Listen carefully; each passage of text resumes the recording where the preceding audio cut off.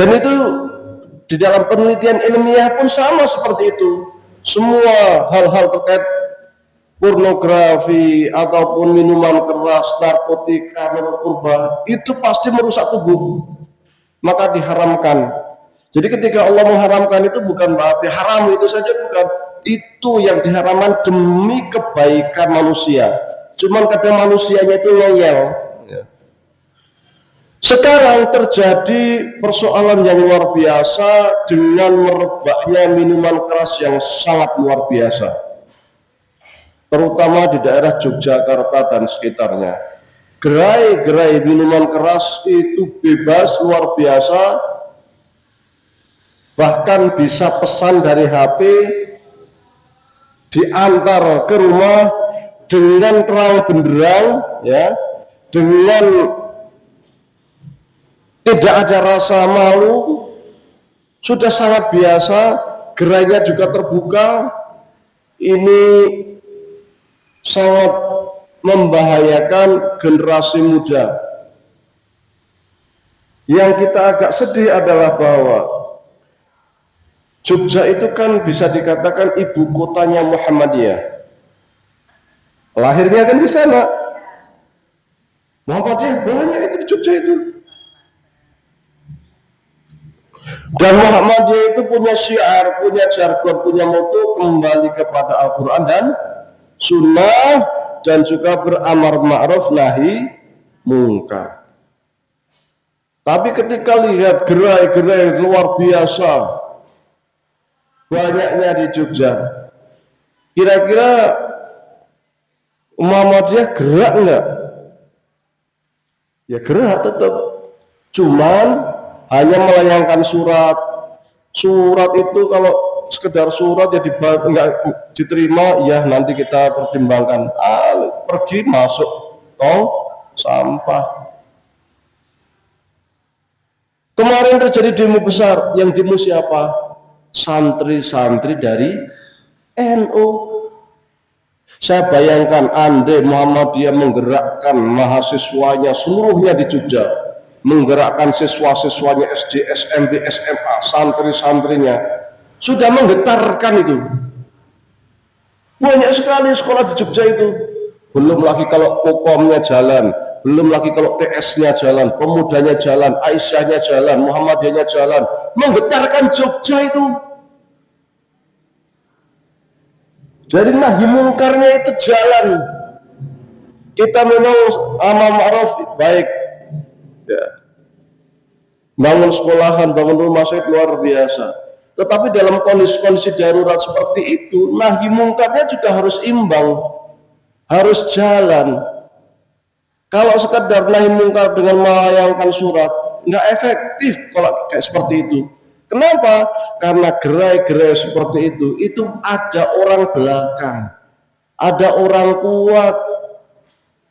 Nggak dibaca kalau sudah protes surat, membuat surat pernyataan bersama, enggak mempan. Tapi kalau sudah geruduk begitu, baru gerak. Maka ketika terjadi demo itulah kemudian muncul surat edaran dari Sultan. Kenapa yang gerak enggak kita, yang kita punya jargon amar ma'ruf nahi mungkar?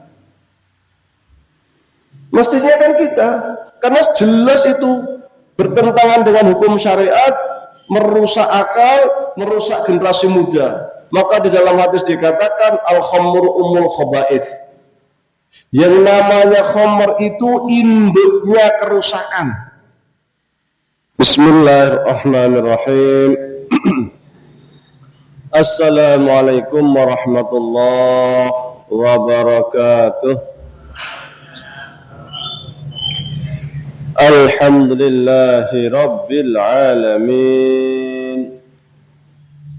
Alhamdulillahilladzi ja'alana ummatan muhammadiyatan, ummatan wasata, linakuna syuhada bainan nasi yawmal qiyamah. والذي أنعمنا بنعمة الإيمان والإسلام والأخوة والسلامة والكرامة، وأمرنا بالتمسك بكتاب الله وسنة رسول الله وأوجب علينا الأمر بالمعروف والنهي عن المنكر وأشهد أن لا إله إلا الله وحده لا شريك له له الملك وله الحمد يحيي ويميت وهو على كل شيء قدير وأشهد أن محمدا عبده ورسوله الذي قد بلغ رسالة وأدى الأمانة وكشف الغمة وجاهد في الله حق جهاده حتى أتاه اليقين اللهم صل على سيدنا وحبيبنا محمد صلى الله عليه وسلم وعلى آله وصحبه والتابعين وتابعيه التابعين ومن تبعهم بإحسان إلى يوم الدين amma ba'du. Jamaah sekalian yang kami hormati, dengaran ya? Puji syukur kehadirat Allah Subhanahu wa taala, pada pagi hari ini kita sama-sama dapat bermajelis untuk melaksanakan kajian ngaji bareng, mudah-mudahan mendapatkan barakah dari Allah Subhanahu wa taala. Salawat berserta salam semoga tetap tercurahkan kepada baginda Nabi Muhammad sallallahu alaihi wasallam. Jamaah sekalian yang kami hormati, kita akan melanjutkan kitab Ayyuhal Walad. Ya. Terakhir sampai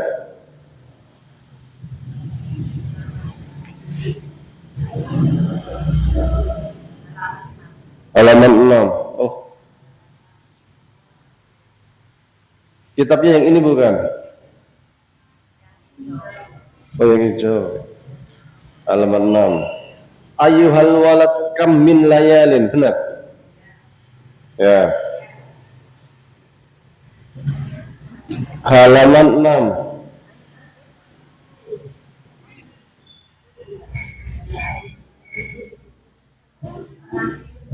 Ayyuhal walad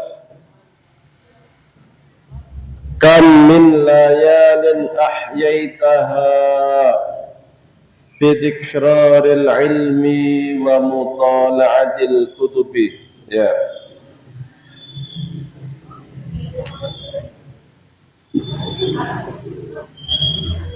Yang ada yang membawa kitab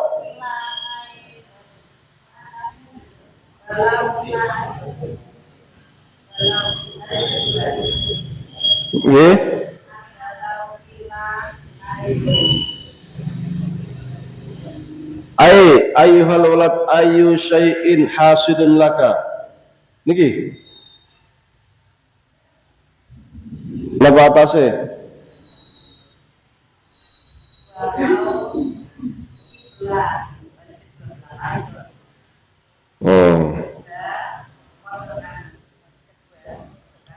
Karena ini halamannya beda ini.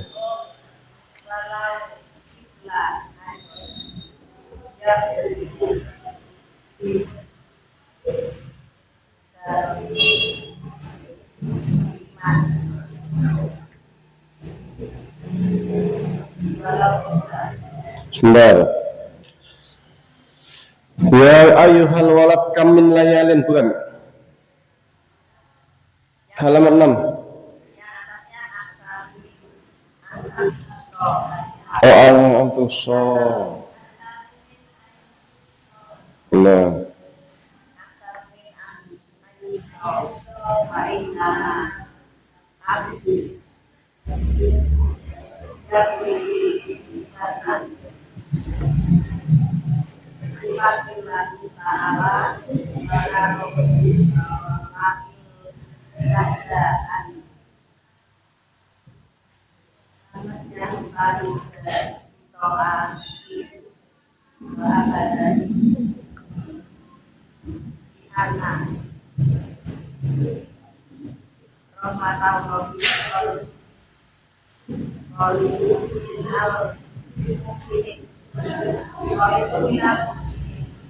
Nah,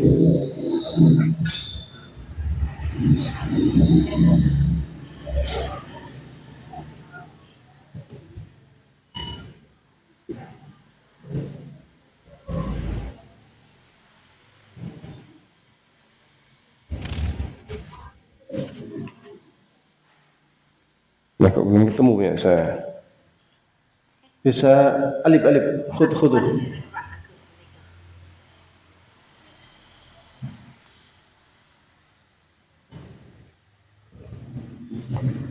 Ayuhal ma ta'mal. Oh.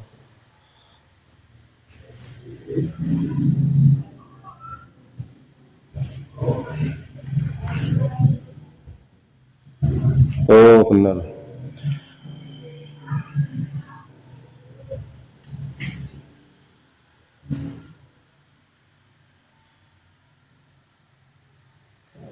Terima kasih.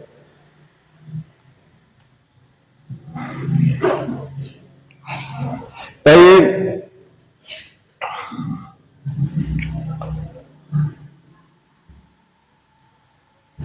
Walau ya, kita mulai dari li'anna rahmatullah ya. Li'anna rahmatallahi, karena rahmat Allah itu qaribun, dekat, minal muhsinin, dari orang-orang yang berbuat baik. Walau kila, sekiranya dikatakan ya, yang belum punya buku berapa orang ya? Ketinggalan. Nanti bisa dikoordinir sekiranya yang hendak ini murah ini, entah 7.000 entah 10.000, kayaknya nggak nyampe 10 kayaknya ya, dan akan menjadi kenangan luar biasa, selain juga menjadi ikatan ya. Aidan juga ya ba'luhu bimujarradil imani,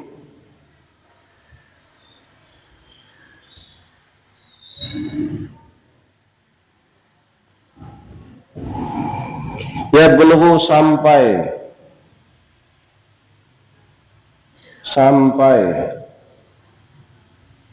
bimujarradil imani, dengan sekadar beriman, bimujarradil imani, dengan sekadar beriman. Qulna, kami menjawab,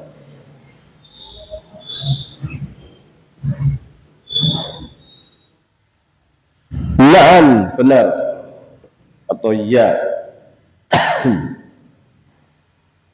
Lakin, namun,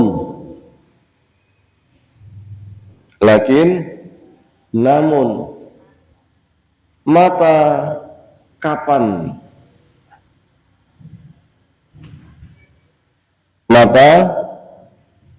ya beluhu, sampai,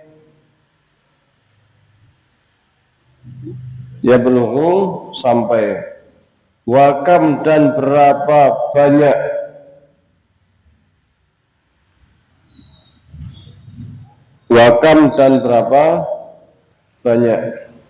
min akobatin, dari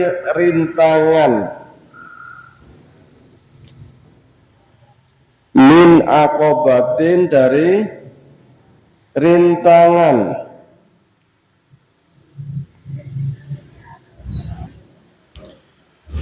kasudin,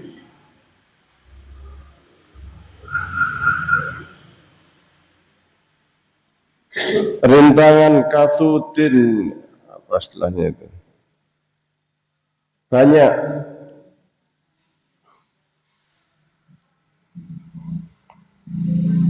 yatta'uha, yang ia tempuh, berapa banyak rintangan yang ia tempuh atau ia lalui, ila, sampai, ayyasila, dia akan sampai. Ila itu ke atau sampai ke. Ayyasila dia akan sampai. Kita terjemahkan satu-satu dulu, nanti setelah itu kita terangkan. Sampai. Ayyasila, ia sampai.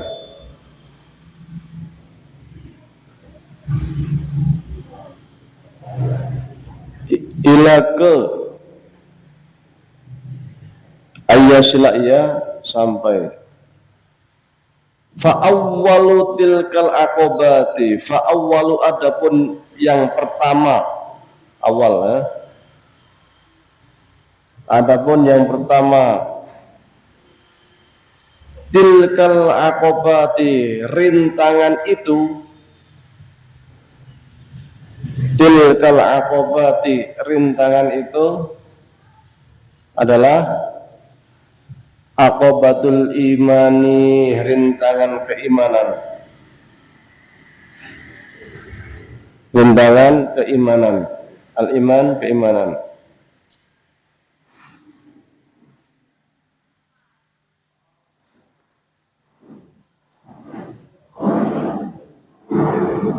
Wa annahu, dan sesungguhnya ia,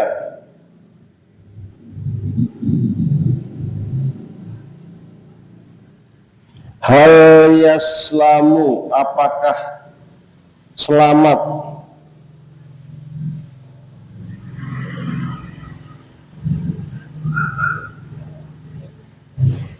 min, dari salbil imani, hilangnya iman,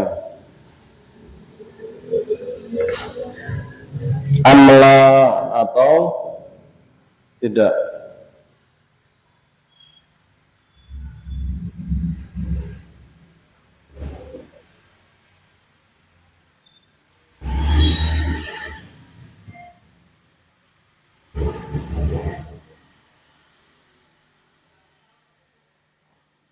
Wa idza, dan jika wasola sampai,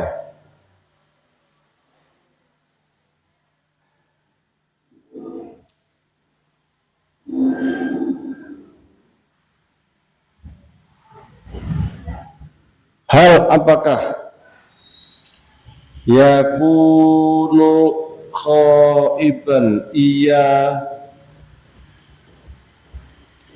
rugi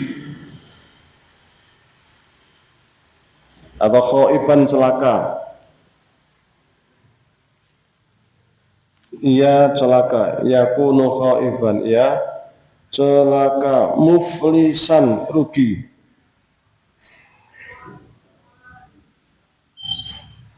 muflisan, rugi. Waqala Al-Hasan Al-Basri, waqala, dan berkata siapa, Al-Hasan, Hasan Al-Basri, Al-Hasan Al-Basri, Hasan Al-Basri, nama orang. Yaqulullah, yaqulu, berkata siapa Allah, Allah Ta'ala, li'ibadihi, kepada hambanya,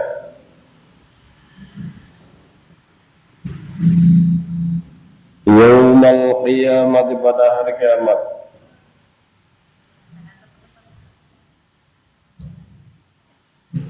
Yaqulu, berkata Allah Ta'ala, li'ibadihi, kepada hambanya, yaumal qiyamati, pada hari kiamat.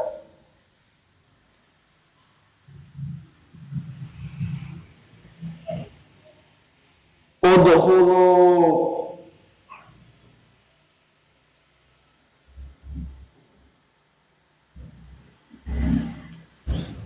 kalian semua masuklah,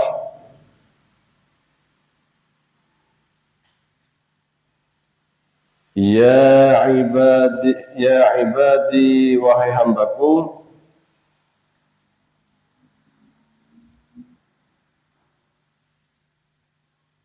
al-jannata, ke dalam surga, birahmati, dengan rahmatku.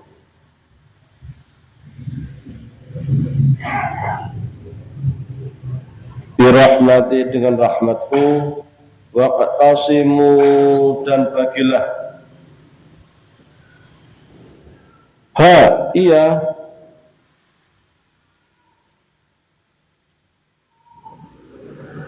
fi a'malikum dengan amal kalian. Baik.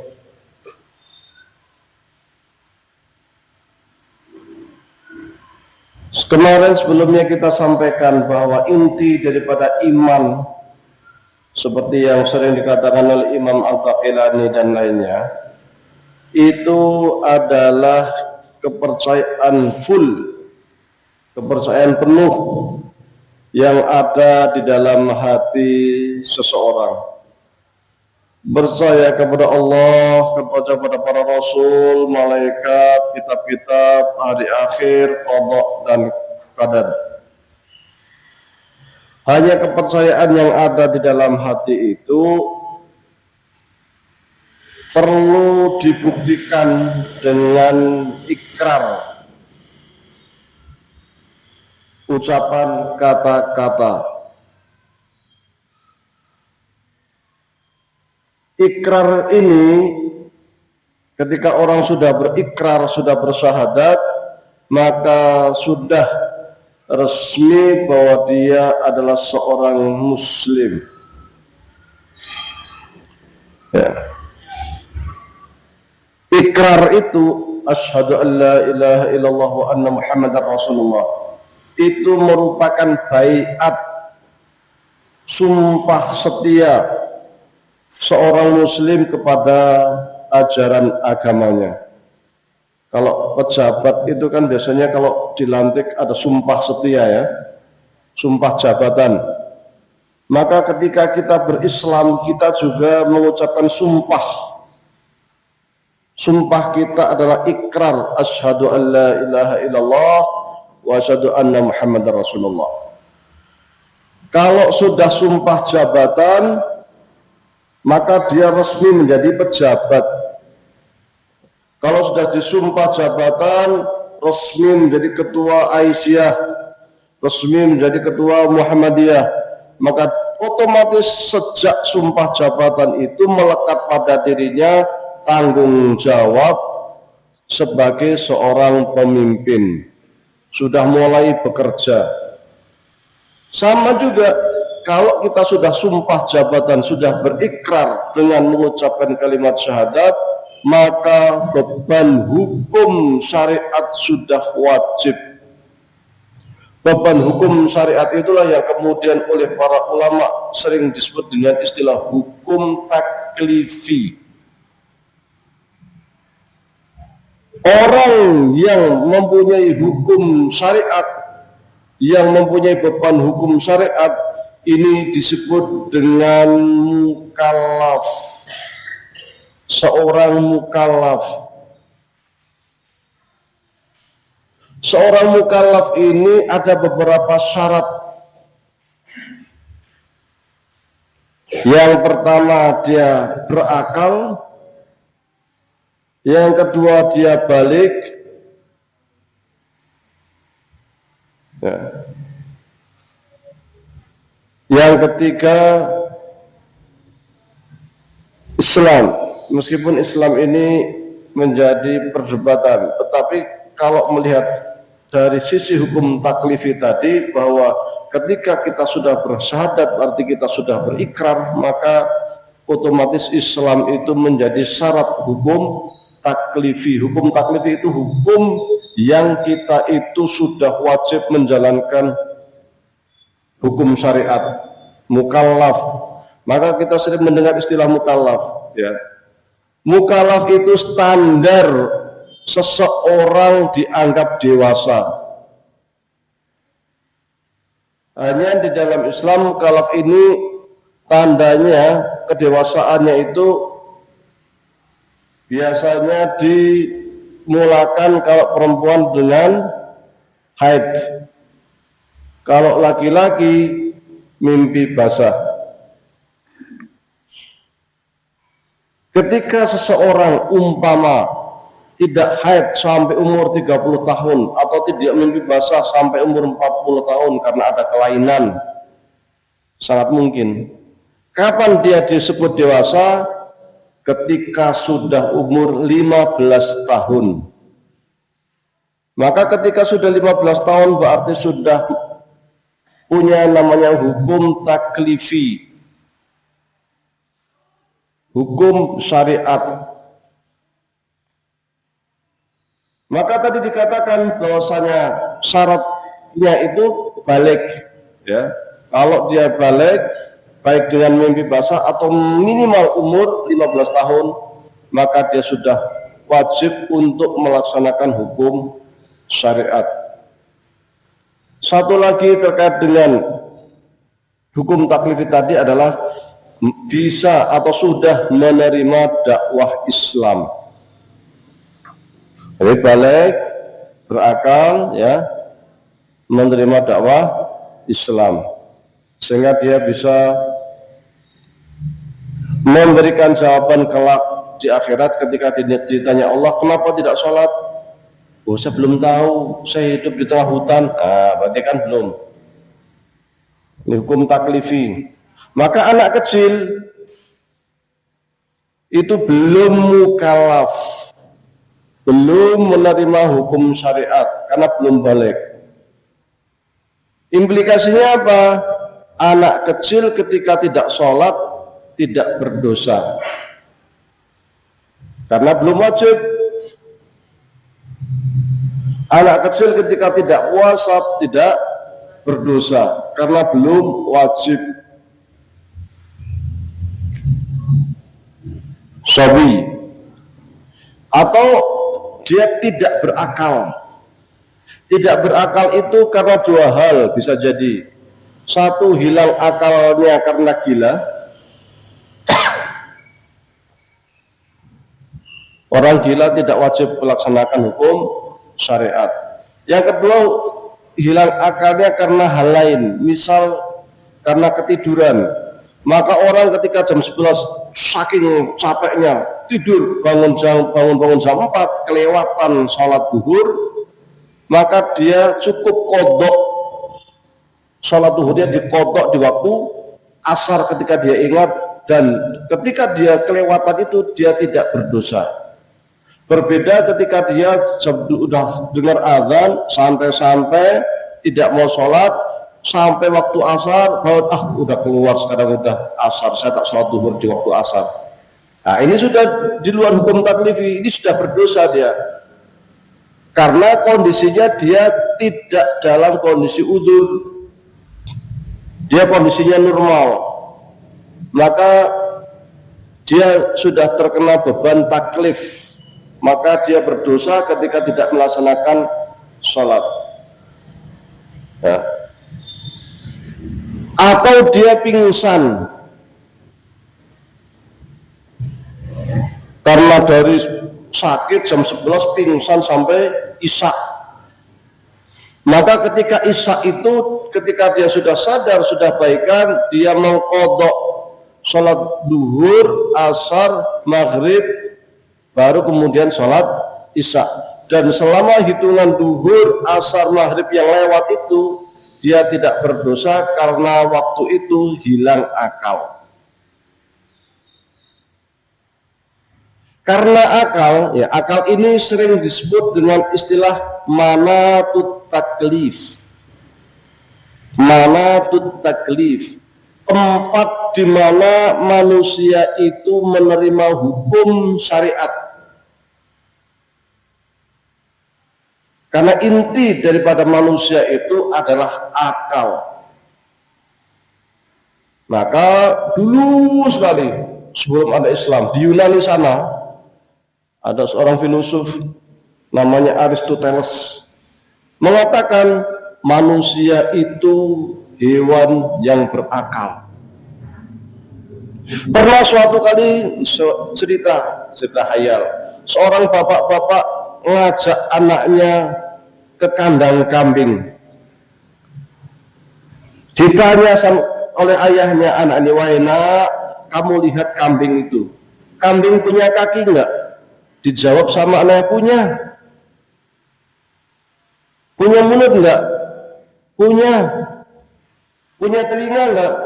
Punya. Punya mata? Punya. Bernafas? Bernafas. Punya jantung, organ tubuh? Punya. Ngerasain lapar? Iya. Makan? Iya. Minum? Iya. Kemudian ditanya, kalau kamu sendiri bagaimana? Kamu punya kaki? Iya, saya punya kaki, ini saya punya kaki 2. Punya tangan? Punya. Punya mata? Punya. Punya mulut? Punya. Lapar? Lapar. Kalau lapar, makan. Haus? Haus. Kalau haus apa? Minum. Ditanya lagi sama orang tuanya, sama bapaknya, lantas apa yang membedakan kamu dengan kambing itu, nak? Kambing ya punya kaki, kamu punya kaki. Kambing punya mulut, kamu punya mulut. Kambing punya mata, kamu punya mata. Lalu apa yang membedakan kamu dengan kambing, nak? Mikir si anak. Dijawablah, yang membedakan itu akal. Karena kambing itu tidak ngakal, manusia itu berakal. Karena manusia, keistimewaan manusianya itu akal, maka di dalam Al-Quran sering sekali disebutkan, wahai orang-orang yang beriman, gunakan akalmu. Afala tubsirun, apakah kamu tuh nggak mikir? Afala ta'qilun, apakah kamu tuh nggak ngotak? Afala tatadzakkarun, apakah kamu tuh nggak merenung, nggak berpikir? Sering sekali disebutkan di dalam Al-Quran supaya kita itu merenung, berpikir, menggunakan akal pikiran kita. Karena ketika kita menggunakan akal pikiran secara benar, maka orang akan mendapatkan kebenaran akal, dan kebenaran akal tidak akan pernah bertentangan dengan kebenaran wahyu. Maka di dalam Majmu' Fatwanya Ibnu Taimiyah mengatakan, tidak ada benturan antara al-aqlus sahih ma'a an-nusus as-sharihah. Tidak akan benturan antara akal yang benar dengan nas-nas Al-Quran dan as-sunnah yang benar. Karena antara kebenaran, dua kebenaran tidak saling bertentangan. Maka banyak sekali orang-orang barat ketika mengkaji Islam itu pada akhirnya masuk Islam, karena ajaran Islam tidak ada yang tidak masuk akal.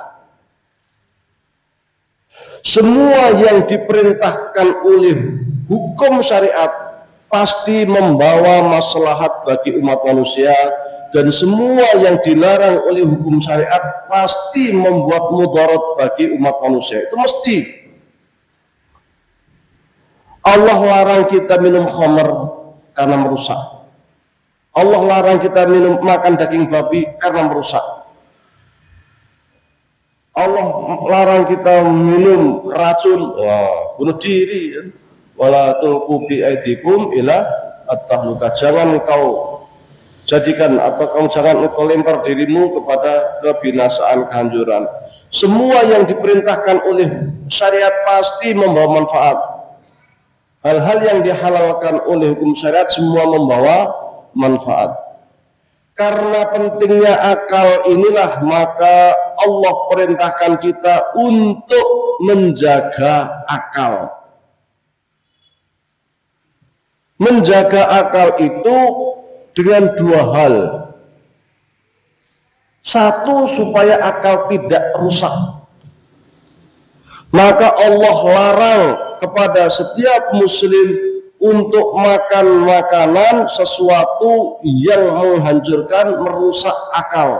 Maka minuman keras diharamkan, maka narkoba diharamkan, maka narkotika diharamkan, karena itu merusak akal. Atau juga pornografi, karena itu juga merusak akal. Jadi semua hal-hal yang bisa merusak akal itu diharamkan oleh hukum syariat. Dan itu Di dalam penelitian ilmiah pun sama seperti itu. Semua hal-hal terkait pornografi ataupun minuman keras, narkotika, narkoba itu pasti merusak tubuh, maka diharamkan.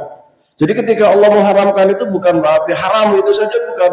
Itu yang diharamkan demi kebaikan manusia. Cuman kadang manusianya itu ngeyel. Sekarang terjadi persoalan yang luar biasa dengan merebaknya minuman keras yang sangat luar biasa, terutama di daerah Yogyakarta dan sekitarnya. Gerai-gerai minuman keras itu bebas luar biasa, bahkan bisa pesan dari HP diantar ke rumah dengan terang benderang, ya, dengan tidak ada rasa malu, sudah sangat biasa. Gerainya juga terbuka. Ini sangat membahayakan generasi muda. Yang kita agak sedih adalah bahwa Jogja itu kan bisa dikatakan ibu kotanya Muhammadiyah. Lahirnya kan di sana. Muhammadiyah banyak itu di Jogja itu. Dan Muhammadiyah itu punya syiar, punya jargon, punya moto kembali kepada Al-Quran dan Sunnah, dan juga beramar ma'ruf nahi mungkar. Tapi ketika lihat gerai-gerai luar biasa banyaknya di Jogja, kira-kira Muhammadiyah gerak enggak? Ya gerak tetap, cuman hanya melayangkan surat. Surat itu kalau sekedar surat ya enggak diterima, ya nanti kita pertimbangkan. Pergi masuk tong sampah. Kemarin terjadi demo besar. Yang demo siapa? Santri-santri dari NU. Saya bayangkan andai Muhammadiyah menggerakkan mahasiswanya seluruhnya di Jogja, menggerakkan siswa-siswanya SD, SMP, SMA, santri-santrinya, sudah menggetarkan itu. Banyak sekali sekolah di Jogja itu. Belum lagi kalau Popomnya jalan, belum lagi kalau PS-nya jalan, Pemudanya jalan, Aisyahnya jalan, Muhammadiyahnya jalan, menggetarkan Jogja itu. Jadi nahi mungkarnya itu jalan. Kita memang amar ma'ruf baik, ya, bangun sekolahan, bangun rumah sakit luar biasa. Tetapi dalam kondisi darurat seperti itu, nahi mungkarnya juga harus imbang, harus jalan. Kalau sekedar nahi mungkar dengan melayangkan surat, nggak efektif kalau kayak seperti itu. Kenapa? Karena gerai-gerai seperti itu ada orang belakang, ada orang kuat. Nggak dibaca kalau sudah protes surat, membuat surat pernyataan bersama, enggak mempan. Tapi kalau sudah geruduk begitu, baru gerak. Maka ketika terjadi demo itulah kemudian muncul surat edaran dari Sultan. Kenapa yang gerak enggak kita, yang kita punya jargon amar ma'ruf nahi mungkar? Mestinya kan kita, karena jelas itu bertentangan dengan hukum syariat, merusak akal, merusak generasi muda. Maka di dalam hadis dikatakan al-khamru umul khaba'ith. Yang namanya khamr itu induknya kerusakan. Karena orang kalau sudah minum khamr sudah mau macam-macam. Maka pernah di zaman Ali bin Abi Thalib ada orang minum khamr itu ditangkap, dihukum sama Ali. Biasanya peminum khamr dicambuk 40 kali. Saking gemesnya Ali bin Abi Thalib mencambuk 80 kali. Diprotes, wahai Amirul Mukminin, wahai Imam, kenapa ini kok dicambuk sampai 80 kali? Dijawab, orang kalau sudah mabuk, sudah minum khamr itu mabuk, oleng. Orang kalau sudah oleng akan melakukan banyak maksiat. Jadi 40 kali itu cambukan karena dia oleng, karena hilang akalnya 40 kali tambahan karena dia punya potensi untuk melakukan banyak kemaksiatan. Siapanya? Imam Ali karamallahu wajhah. Maka kita harus selamatkan generasi muda kita itu jangan sampai ada. Maka kita berharap di Temanggung sekiranya ada gerai-gerai seperti itu, gerak pemudanya, gerak Aisyahnya, gerak NA-nya, gerak tapak sucinya, gerak kokamnya. Loh, kokam itu selalu dengan diklat kokam, pakai baju militer, bagus sekali, pakai topi merah kan? Loh, untuk apa diklat itu? Apakah hanya sekedar untuk kemudian ketika ada pengajian besar sebagai penjaga, tukang parkirnya, kemudian mengiringi kiainya yang di depan? Kan nggak cuma itu. Ketika ada keluaran yang nyatanya membahayakan, gerak. Tentu dengan koordinasi, dengan kepolisian, dengan pemerintah. Bisa, sangat bisa. Orang-orang yang punya kekuasaan, kepemimpinan, asal kita suami dengan baik-baik, insya Allah bisa. Kita mulai dari RT, kita mulai dari RW, kita mulai dari kelurahan, bisa. Jadi ketika di suatu daerah, suatu kampung kita punya kokam, terus kita ada tempat mabuk, kokamnya gerak ngomong ke Pak Lurahnya. Kalau memang dia melanggar, berantas bersama-sama. Minimal sanksi sosial sangat bisa. Di tempat saya di Tratep, alhamdulillah tidak ada itu. Kenapa? Sanksi sosialnya besar. Berani jual khamr habis. Sanksi sosial sama. Berani pacaran ya kampung habis juga. Enggak ada yang pacaran, takut kalau mau pacaran keluar Tratep. Sanksi sosialnya berat. Itu bisa dilakukan itu. Dan kita mulai dari RT, RW, kelurahan. Apalagi khamr ini sangat merusak generasi muda, berbahaya sekali. Dan peredarannya luar biasa. Nanti kalau sudah khamr nanti kena narkoba. Jangan sampai ada sekolah-sekolah Muhammadiyah, SMP, SMA sampai terjatuh ke sana siswa-siswanya. Jangan sampai, karena ini bertentangan dengan semboyan kita. Maka sekolah harus tegas ketika menghadapi siswa-siswanya yang sampai ke sana itu. Bagian dari nahi mungkar.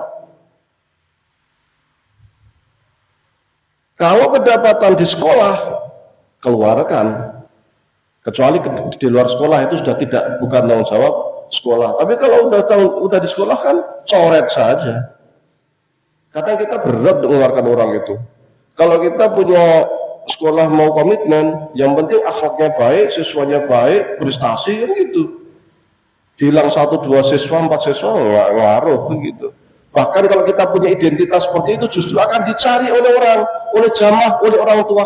Sekolahkan di sana, sekolah Muhammadiyah pasti iso ngaji, iso ibadah, selamat dari moral, akhlaknya baik kan begitu. Ketegasan.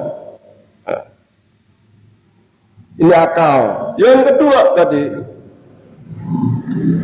supaya akal ini tetap baik, yang pertama tadi melarang mengharamkan hal-hal yang merusak akal.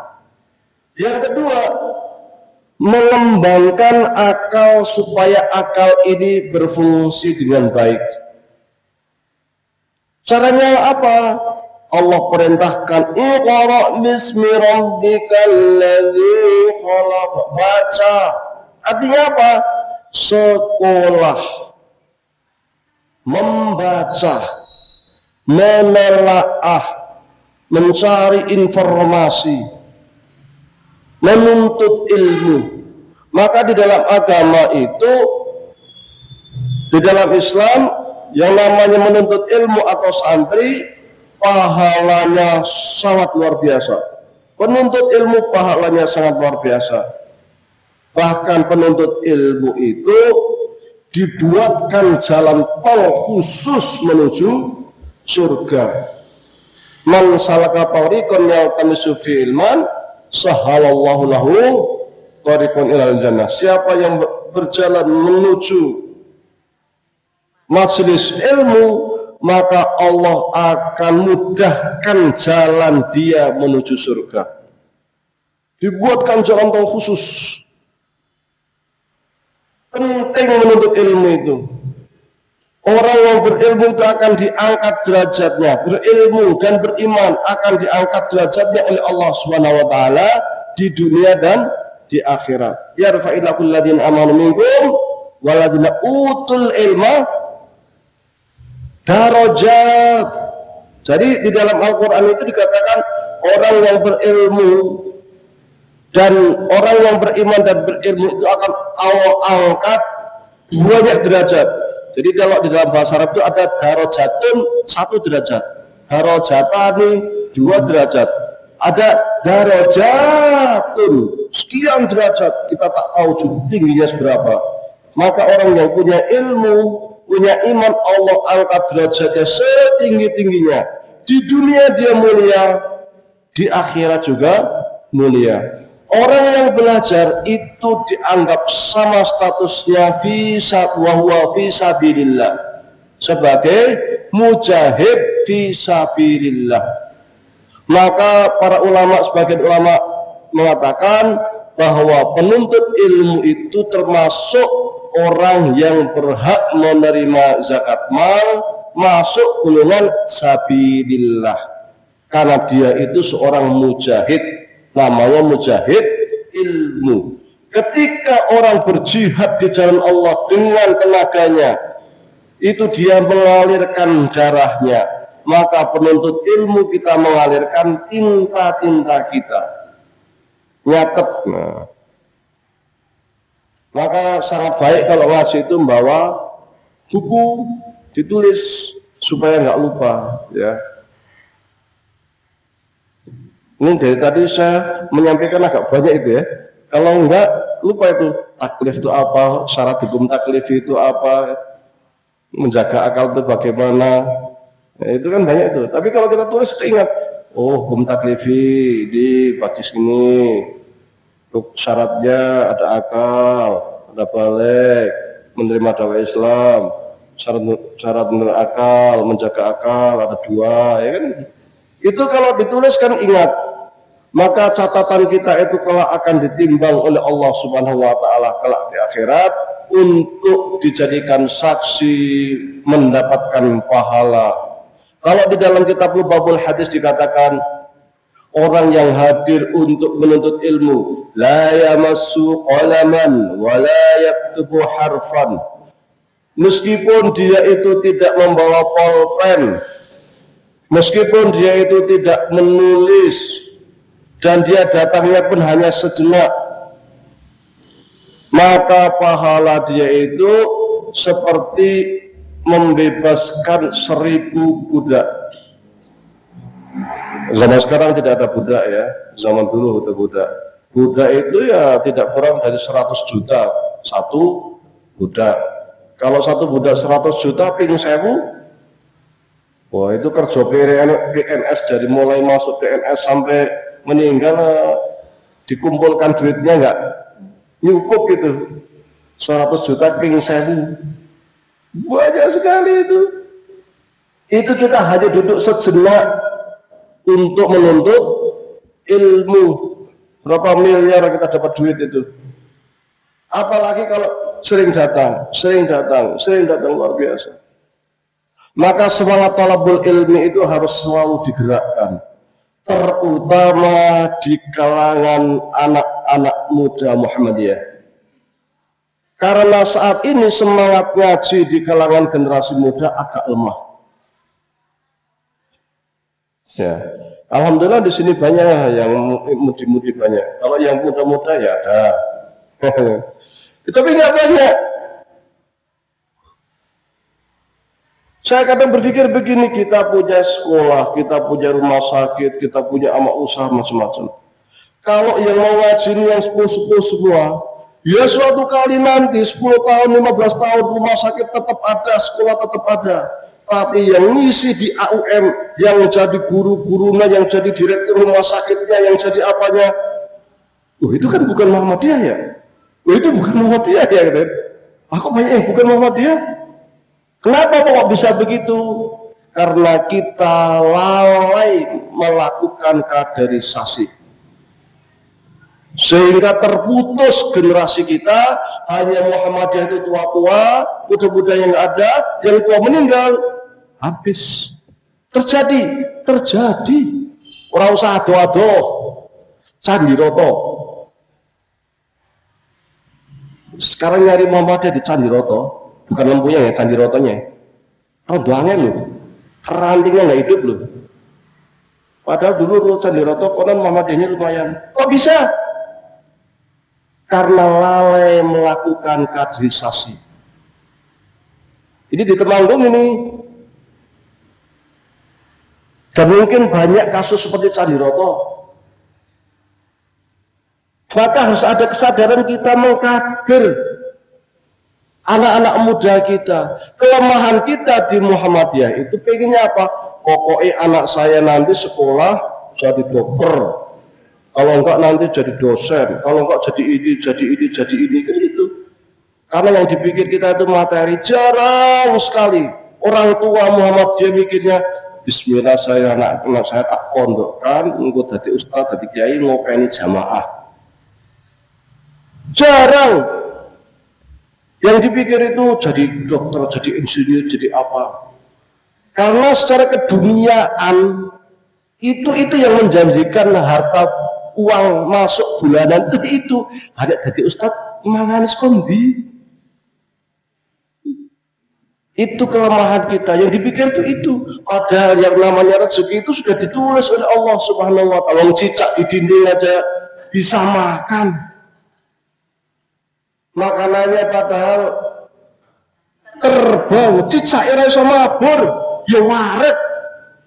Ya tidak ada sejarah cicak mati kelaparan, nek mati kejepit lawang. Ya kan? Karena kita buka lawang jebret, wah ada cicak, jebret mati itu.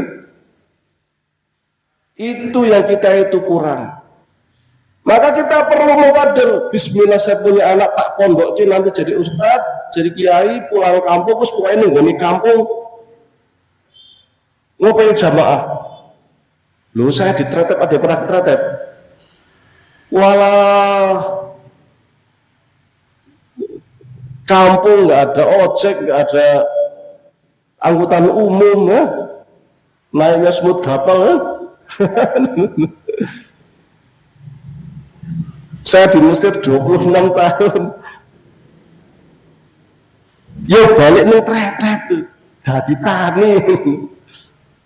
Gengsi, untuk apa kita gengsi itu? Padahal ya sekolah ya S1, ya S2, ya saya ya S3 barang. Ya nani gitu. Ngopain jamaah. Kalau jamaahnya nggak diopen, ya ngopain sopo. Urip, ya alhamdulillah sampai sekarang masih hidup. Ya kan? Rezeki, ya alhamdulillah saya nggak pernah kelaparan, anak-anak juga nggak pernah kelaparan. Itu yang harus kita yakinkan. Jadi apapun rezeki itu sudah ditulis sama Allah. Pondokkan buat kader minimal satu ranting, atau kalau tidak satu cabang harus ada satu ustadz yang ngopen jamaah. Kalau tidak mampu sengkuyung bareng melalui lazis. Pesantren tidak harus yang mahal-mahal. Mau pesantren di tempat saya monggo boleh. Nek orang iso ngeragati silakan gratis. Kurang apa, ya kan? Demi Muhammadiyah perjuangan kita. Ya santri-santri saya juga ada banyak yang gratis yang nggak bayar. Kalau mampu monggo, nggak mampu ya silahkan kan gitu. Yang lebih baik disengkuyung bareng oleh lazis supaya ada ikatan balik ke Muhammadiyah. Yang utusan lazis ada beberapa, yang dari Losari Doana lazis, yang dari Banyumas lazis, sengkuyung lazis. Banyak. Kalau di sana-sana mungkin ada yang SPP-nya sampai jutaan, biaya masuk puluhan juta kan. Tempat saya insya Allah tidak 700.000, mau 700.000 disungkui wong sak cabang. Kayak orang iso gratis. Piye? Gampang. Tapi harus ada yang ngopeni jamaah itu. Yang khusus ngaji kitab, baca kitab. Sekarang kan terjadi persoalan.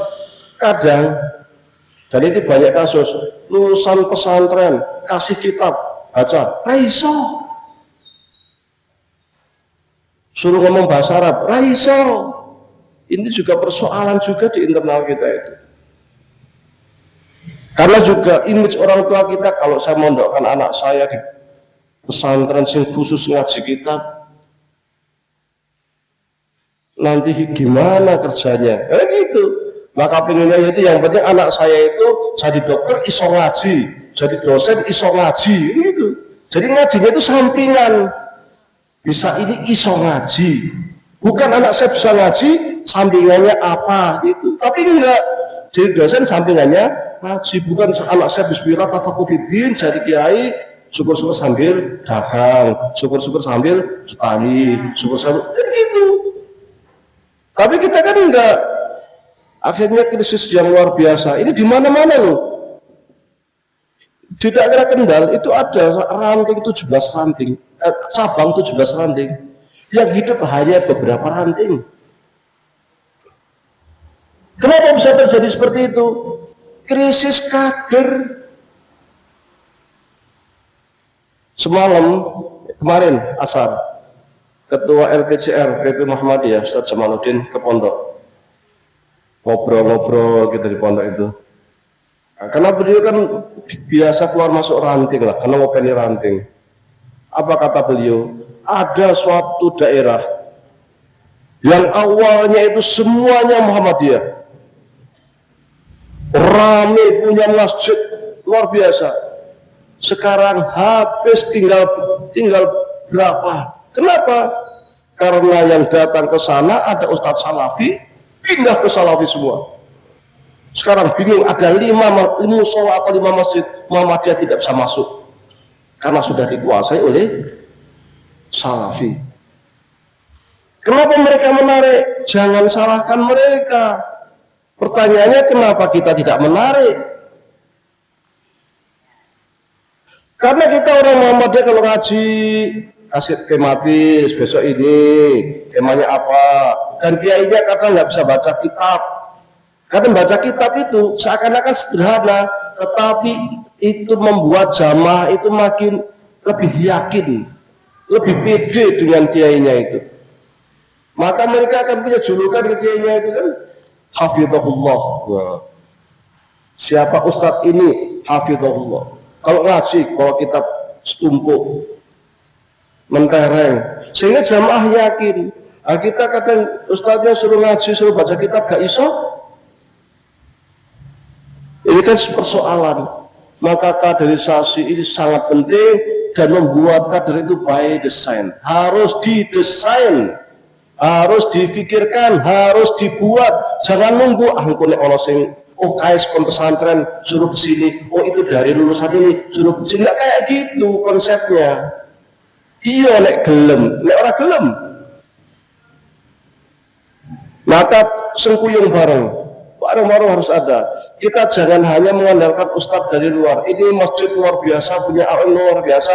Harus ada yang standby di masjid, selalu ngopeni jamaah dan bisa baca kitab. Sehingga ketika nanti diserang, paling Muhammadiyah rasul ngaji. Ayo kita ngaji bareng. Anda pakai kitab apa? Kita juga bisa. Gitu. Anda pakai kritik Muhammadiyah begini-begitu, kita juga punya kitabnya, kita tunjukkan gitu. Sehingga kita bisa berdebat secara ilmiah, sama-sama membuka kitab. Maka nilai kita di Muhammadiyah dan di luar Muhammadiyah juga akan naik, akan dihormati. Jangan selama ini terkesan Muhammadiyah orang dari ulama, Muhammadiyah rasul ngaji. Jadi pengurus Muhammadiyah, jadi imam masjid belum mesti iso. Ini kan repot. Jangan sampai pengurus Muhammadiyah, beraninya jadi imam zuhur dan asar. Kalau suruh jadi imam sholat maghrib, isya subuh, silahkan. Jenengan mawon, repot. Jangan sampai terjadi. Jangan sampai terjadi putus generasi suatu daerah yang awalnya Muhammadiyahnya kami sepi gara-gara kurang kader. Maka harus dibuat kader yang ngopeni jamaah, yang siap selalu standby bersama jamaah. Soal rezeki itu Allah sudah ngatur. Baik, sudah pukul 7, sekiranya ada pertanyaan silahkan.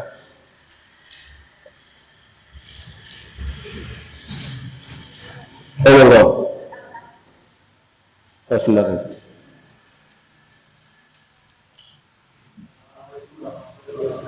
Waalaikumsalam warahmatullahi.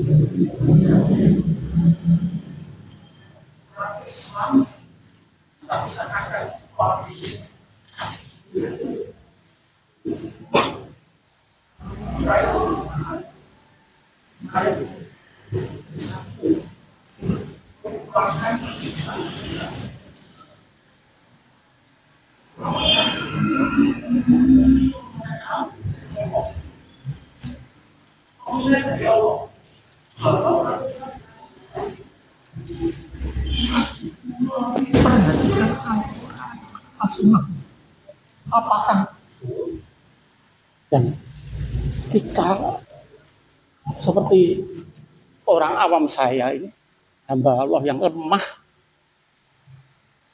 yang sangat dolim, sangat kekurangannya banyak sekali.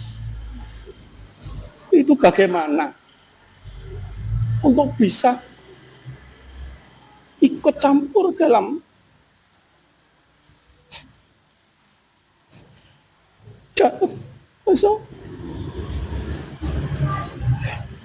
apakah sangat tercela. Astagfirullah. Usaha kita selesai. Sangat Allah. Apakah hanya dengan doa? Ya Allah, ya Rabb. Memang pengajian seperti inilah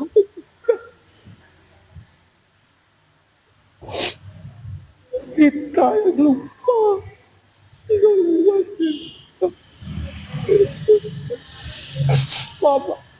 Maafkan itu Ustaz. Bagaimana kita itu? Memang ada ayat katanya, saya pokoknya bisa kita dekatkan ya Allah, khususnya pemimpinnya itu sebagai lelaki di umat, di keluarga atau ibu-ibu, doakan pada Allah. Pertanyaannya ini, bagaimana langkah kita ya Allah?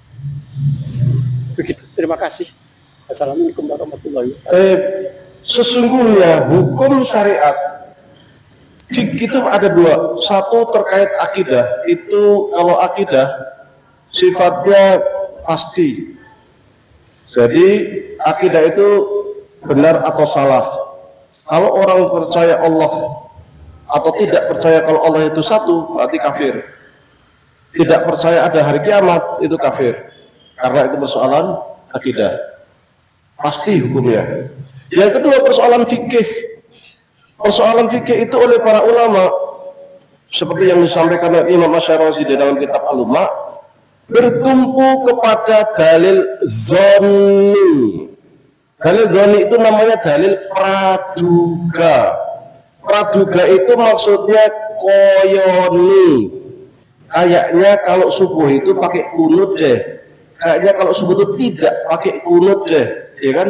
Kayaknya kalau sholat itu pakai usolli, kayaknya enggak. Itu pakai dalil koyoni. Karena dalilnya itu praduga, kayaknya, maka kemudian perlu ditarjih. Oh, menurut saya yang kuat itu ini. Tapi ketika saya mengatakan yang kuat ini, tapi bisa jadi yang lain benar. Jangan-jangan punya saya salah. Tapi saya yakin yang punya saya benar, tapi yang lain masih ada kemungkinan benar. Maka Imam Syafi'i mengatakan ra'yi shawab yahtamilu al-khata' wa ra'yi ghairi al-khata' yahtamilu aswab. Pendapat saya benar tapi mungkin salah, pendapat lain salah tapi mungkin benar. Perbedaan pendapat di kalangan para ulama itu real terjadi, tetapi yang terpenting bukan perbedaan tetapi sifat toleransi. Sebagian ulama mengatakan pada zaman tabi'in itu ada kisaran 90-an perbedaan pendapat, 90 madhab. Imam Hanafi atau berbeda dengan Imam Malik. Imam Malik punya murid namanya Imam Syafi'i. Ternyata Imam Malik dengan Imam Syafi'i berbeda. Imam Syafi'i punya murid Ibnu Hambal. Ternyata Imam Ibnu Hambal berbeda dengan Imam Syafi'i. Imam Abu Hanifah berguru kepada Imam Zaid, ternyata Imam Zaid berbeda dengan Imam Abu Hanifah. Tetapi sama-sama mereka itu saling toleransi. Imam Zaid ketika berjuang melawan Bani Umayyah dibantu oleh Imam Abu Hanifah meskipun mereka berbeda pendapat. Yang nama Imam Syafi'i sering diskusi bersama dengan Asy-Syaibani muridnya Imam Abu Hanifah meskipun berbeda pendapat. Bahkan Imam Syafi'i tidak menemui Abu Hanifah. Imam Syafi'i lahir tahun 150 Hijriah. Tahun itu pula Imam Abu Hanifah meninggal. Tetapi beliau bertemu dengan muridnya yang namanya Asy-Syaibani.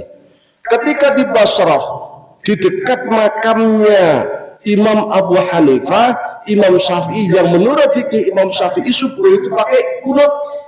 Tapi menghormati Imam Abu Hanifah meskipun sudah meninggal, Imam Syafi'i sholat tidak kunut. Ditanya oleh muridnya, wahai sang imam, di dalam mazhab engkau itu subuh pakai kunut, kok sekarang nggak pakai kunut? Dan padahal engkau mengatakan kalau tidak kunut sujud sahwi. Loh, ini kok nggak sujud sahwi? Dikatakan saya menghormati Imam Abu Hanifah.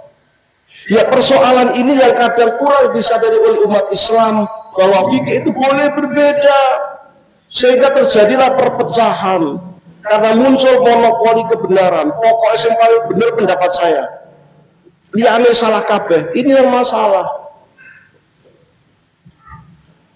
Persoalan-persoalan furuk cabang ini harus kita tempatkan bahwa ia itu cabang. Yang mau tarawih 23 rakaat silakan, yang 11 silakan, yang 36 silakan, yang 46 silakan gitu. Yang nggak tarawih saja boleh. Yang pakai azan Jumat 2 kali monggo, yang sekali monggo, yang tidak azan saja, tidak azan sholat Jumat lesat, dia bukan rukun. Jadi toleransi ini harus kita kedepankan. Persoalan perpecahan umat itu bukan karena perbedaan, tetapi kesalahan di dalam menyikapi perbedaan, menganggap pendapat saya yang paling benar, yang lainnya salah. Pokoknya kalau pakai celana, pakai sarung melebihi mata kaki, neraka. Nah, ini kan padahal kan ulama kan nggak segitu juga. Ada yang mentakwilkan atau memahami hadis itu tidak seperti itu. Yang tidak pakai jenggot menyelisih sunnah. Nah, ini kayak gini itu. Yang pakai kunut bid'ah. Sejak kapan kunut dianggap bid'ah kan? Maka soal fikih toleran saja, yang mau kunut silakan, nggak kunut silakan, yang mau usoli silakan, yang nggak silakan, yang sholat tahiyatnya pakai sayyidina silakan, yang nggak silakan, biasa saja. Saya di Mesir sudah terbiasa berbeda. Orang sholat ada yang Allahu Akbar sedekat, oh Syafi'i. Allahu Akbar nggak sedekat, oh Maliki. Biasa saja. Di Mesir ada oh Hambali, oh Hanafi. Ini biasa saja, tidak diributkan. Yang menjadi persoalan itu kan para pemonopoli surga itu, bahwa pendapat saya yang paling benar masuk surga, yakni salah kabeh neraka. Ahli bid'ah itu ahli syirik, ahli bid'ah sesat, subhat itu ustadz subhat jangan diikuti, itu ustadz sesat jangan diikuti. Ini yang masalah sehingga umat terpecah-pecah. Kalau andai kata kita bisa toleransi terkait dengan persoalan furuk, persoalan cabang, itu tidak ada masalah di dalam umat Islam. Kalau kita benar mengikuti generasi salaf, maka mestinya kita itu toleran. Kalau kemudian kita mengatakan ikuti generasi salaf, loh, generasi salaf itu ya Imam Syafi'i berbeda dengan Hanafi, berbeda dengan Maliki, berbeda dengan Syafi'i, berbeda dengan Tabari, berbeda dengan Laiti, berbeda dengan macam-macam. dan mereka enjoy hidup bareng, saling belajar, saling toleransi. Kalau kita benar-benar mengikuti manhaj salaf, mestinya kita juga mengikuti bagaimana sikap toleran antar sama para imam. Mestinya kita menjadi orang yang paling toleran di dalam persoalan fikih. Kalau benar-benar ingin mengikuti manhaj salaf, bukan justru mentahdir ke sana kemari, ini salah, ini sesat, ini ahlul bid'ah, ini ustaz syubhat dan lain-lain. Itu sumber perpecahan. Kita pengen berpegang teguh kepada Al-Quran dan Sunnah, dan ternyata Quran Sunnah itu multifungsi, multi perbedaan, multi tafsir dan saling hormat. Kita ikuti para sahabat, sahabat juga kadang beda. Biasa Abu Hurairah berbeda dengan Aisyah, kadang berbeda dengan Ibnu Umar, kadang berbeda dengan Umar bin Khattab. Biasa saja para sahabat berbeda, tidak ada masalah. Giliran kita berbeda bingung. Nah ini jadi berusaha untuk menyatukan pendapat ini yang salah. Karena secara umum sejak zaman sahabat bahkan sejak zaman Nabi pernah terjadi perbedaan. Kapan-kapan kita bahas terkait perbedaan, insya Allah. Ada lagi tadi? Satu lagi?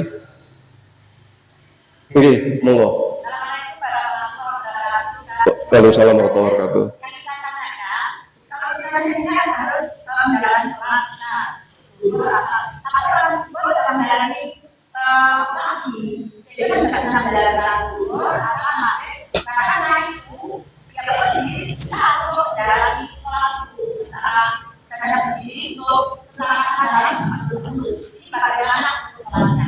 Tapi dikatakan kesadaran belum penuh, artinya akalnya belum berfungsi.